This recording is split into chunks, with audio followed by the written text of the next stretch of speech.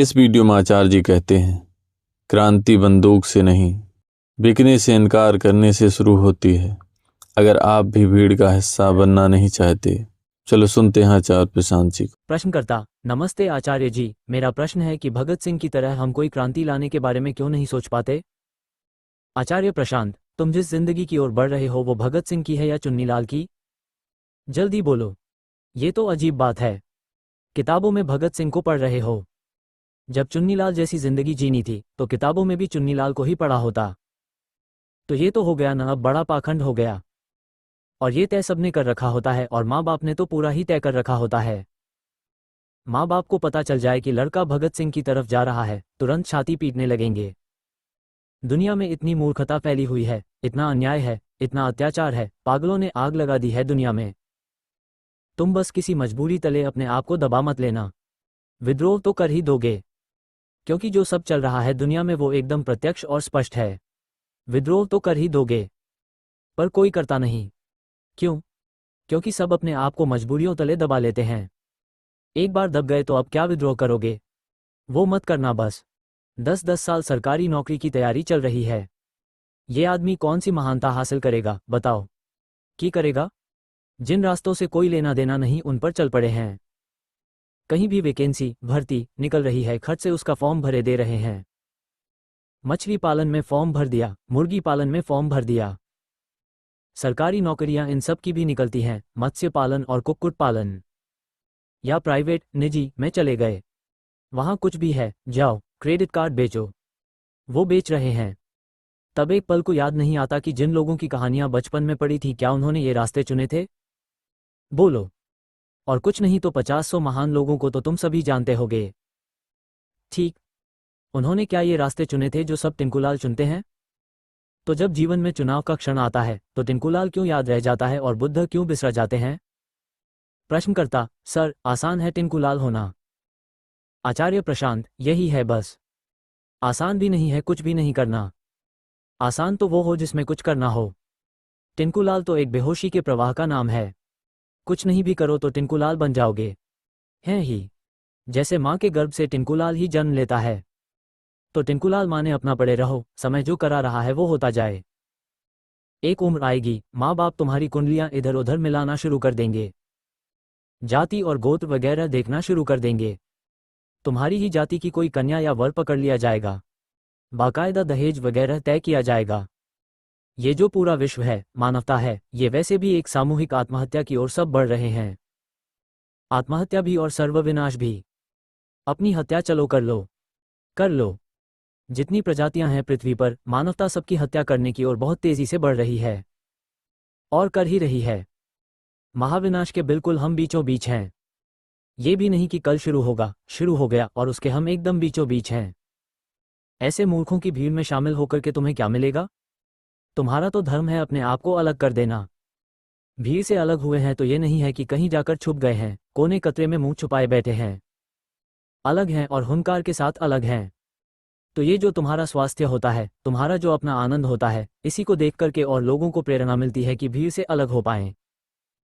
कई बार होगा तुम देखोगे भीड़ अपना उत्सव मना रही है, तुम कहोगे मैं ही चूक गया। मैं भी उनके साथ होता तो मुझे भी मजे आ रहे होते। लेकिन सही होने का, सच्चा होने का, शुद्ध होने का जो आनंद है वो किसी भी दूसरी चीज से बहुत ऊपर है। और वो जैसे जैसे मिलता जाता है वैसे वैसे फिर तुम्हें पक्का होता जाता है कि कुछ छूट जाए, जिंदगी छूट जाए, मौत आ जाए, इस आनंद को, इस शुद्धता को, इसको तो नहीं छोड़ना। जानने वालों ने गाया, हीरा पायो गांठ गठियायो, और बहुत अब बोलने को कुछ बचा नहीं है, हीरा मिल गया है और गांठ बांध ली है। अपना हीरा हमारे पास है, वही हमारे आनंद की चीज है। जीवन में मूल्य आ गया है। देखो, ऊपरी ऊपरी बातें सब एक तरफ, एकदम जमीनी बात समझो। जिन दो चीजों पर हर इंसान बिक जाता है, मैं उनकी बात तुमसे कर रहा हूं। ठीक है? और ये दो चीजें अगर संभाल लोगे तो कोई बहुत बड़ी बात नहीं है कि क्रांति के लिए बड़ी कुर्बानी देनी पड़ेगी। ये सब हो गया, वो सब बहुत बड़ी बात नहीं है। क्रांति वगैरह अपने आप हो जाएंगे। एक सही जिंदगी अपने आप जीने लगोगे। ये दो चीजें हैं, एक पैसा, जो कि अधिकांशतः मानसिक कामना होती है। जब हमें पैसा चाहिए होता है ना, तो वो हमें चाहिए होता है 70% मन को संतुष्ट रखने के लिए और 30% तन को संतुष्ट रखने के लिए। आपको जो पैसा मिलता है, किसी भी आम आदमी को देख लो तो उसका वो 20-30% ही उपयोग तन के लिए करता है। तन के लिए पैसे का क्या उपयोग होता है? खाना, कपड़ा, छत, यही सब होता है। तुम्हारे पैसे का 20-30% ही। और अगर आप अमीर हो तो आप अपने पैसे का 2-4% ही उपयोग करते हो तन के लिए। बाकी जितना पैसा होता है उसका उपयोग किसके लिए होता है? मन के लिए। मन के लिए कैसे उपयोग होता है? मन को पता है कि मेरे बैंक अकाउंट में 10 करोड़ हैं। अब वो काम कहीं नहीं आ रहा पर मन प्रसन्न है और अब सुरक्षित अनुभव कर रहा है ना। वो सुरक्षा काल्पनिक है, पर मन सोचता है कि मेरे बैंक में इतना पैसा है।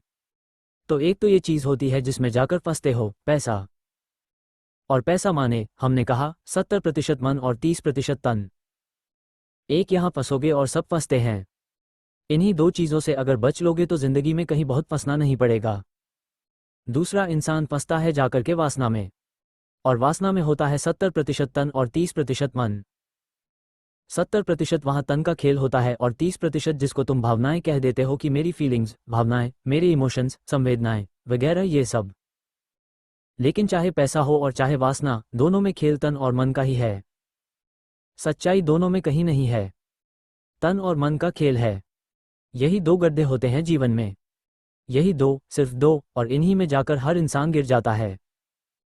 रामकृष्ण परमहंस कहते थे, एक, कंचन में गिरोगे, कंचन माने सोना, पैसा, और दूसरा, कामिनी में गिरोगे, कामिनी माने वासना। इन दो से बचे रहो तो हो गई क्रांति। और कुछ नहीं करना है, इन दो गड्ढों में जाकर के न गिर जाना, बस। पैसा। पूछो अपने आप से कि तुम्हें तन के लिए कितना चाहिए और मन के लिए कितना चाहिए। तन के लिए जो चाहिए वो आमतौर पर वाजिब ही होता है। कोई आपसे कहे कि आप उतना भी मत कमाओ कि शरीर पर अच्छे कपड़े भी न आ सकें, अच्छे से मेरा आशय है उचित, तो ये गलत बात होगी। इतना पैसा तो होना चाहिए कि खाने को बढ़िया मिले, कपड़े लत्ते का हिसाब रहे। आप कहीं रहने जा रहे हो तो वहां पर कमरा आपका ठीक ठाक रहे। इतना पैसा तो जिंदगी में होना ही चाहिए। पर यह पैसा तो तन की जरूरत है। ज्यादातर हमारा पैसा किसकी सेवा में लग जाता है? वो पैसा बेकार ही होता है। उसके पीछे मत भागना। जितनी जरूरत तन को हो उतना अगर कमा रहे हो तो तृप्त रहना, और वो बहुत ज्यादा होता नहीं। तन को कितना खिला लोगे? और मन को खिलाने की कोई सीमा नहीं। तन एक सीमा से ज्यादा नहीं खा सकता। खिला के देखो तन को। बहुत सारा खाना खा के देखो, खा सकते हो क्या? बहुत सारे कपड़े पहनकर देखो, पहन सकते हो क्या? 100 घरों में एक साथ रह सकते हो क्या? कितने ऊंचे बिस्तर पर सोओगे? कितना मोटा गद्दा लगा लोगे? सीमा होती है, उसके आगे नहीं जा सकते। नहीं जा सकते न? लेकिन मन के पास अभी 10 लाख हैं, तो मन क्या बोलेगा? 20 हों, फिर क्या बोलेगा? 1 करोड़ हों, फिर क्या बोलेगा? 10 करोड़ हों, फिर क्या बोलेगा? तो मन में कोई सीमा नहीं होती। मन के लिए मत कमाने लग जाना। समझ में आ रही है बात? और सबके ऊपर ये एक बहुत बड़ा फितूर होता है कि अगर बिकेंगे नहीं तो जिएंगे कैसे, पैसा कहाँ से आएगा?